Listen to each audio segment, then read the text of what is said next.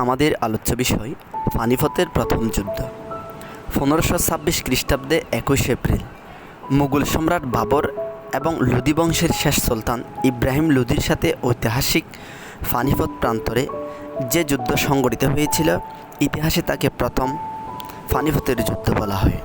দিল্লি থেকে প্রায় 80 থেকে 90 কিলোমিটার দূরে যমুনা নদীর তীরে ভারতের উত্তর হরিয়ানা রাজ্যে পানিপথ অবস্থিত।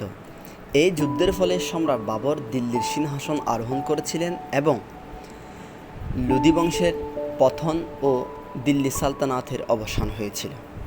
ঐতিহাসিক ঈশ্বরী প্রসাদ বলেছেন, পানিপথের যুদ্ধে দিল্লি সাম্রাজ্যকে বাবরের হাতে তুলে দেয়। লোদি বংশের ক্ষমতা চূর্ণ বিচ্ছিন্ন হয়ে যায় এবং হিন্দুস্তানের সার্বভৌম ক্ষমতা একদায় তুর্কিদের হস্তগত হয়েছিল। যুদ্ধের নানাবিধ কারণ ছিল, তার মধ্যে কয়েকটি উল্লেখযোগ্য কারণ। প্রথমত, সম্রাট বাবরের সাম্রাজ্য বিস্তারের উচ্চ আকাঙ্ক্ষা। দ্বিতীয়ত, ভারত ছিল অর্থনৈতিকভাবে ধনরত্নে পরিপূর্ণ একটি দেশ। তৃতীয়ত, ভারতবর্ষে ক্ষুদ্র ক্ষুদ্র স্বাধীন রাজ্য সৃষ্টি হয়েছিল এবং তাদের মধ্যে সবসময় দ্বন্দ্ব কলহ তৈরি হয়েছিল। চতুর্থত, ভারতবর্ষের রাজনৈতিক অনৈক্য ছিল। পঞ্চমত, দৌলতকা এবং আলমকার ষড়যন্ত্র ছিল। ষষ্ঠত, ভারতের ভৌগোলিক নৈকট্য ছিল।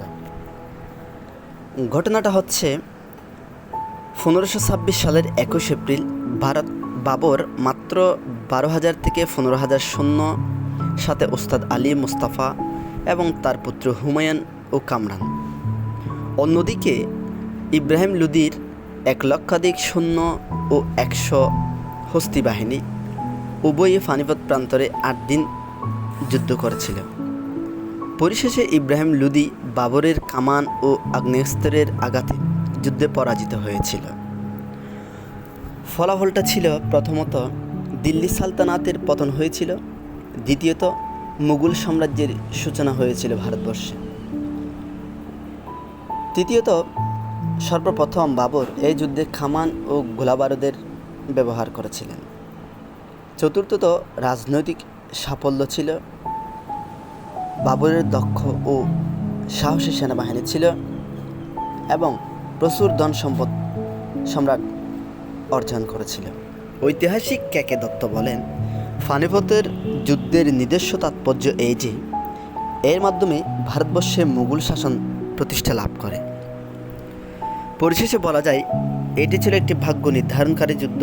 মূলত বাবরের সমকক্ষ ও নিপুণ না হওয়ায় লক্ষাধিক সৈন্য থাকা সত্ত্বেও ইব্রাহিম লোদি পরাজিত হয়েছিল।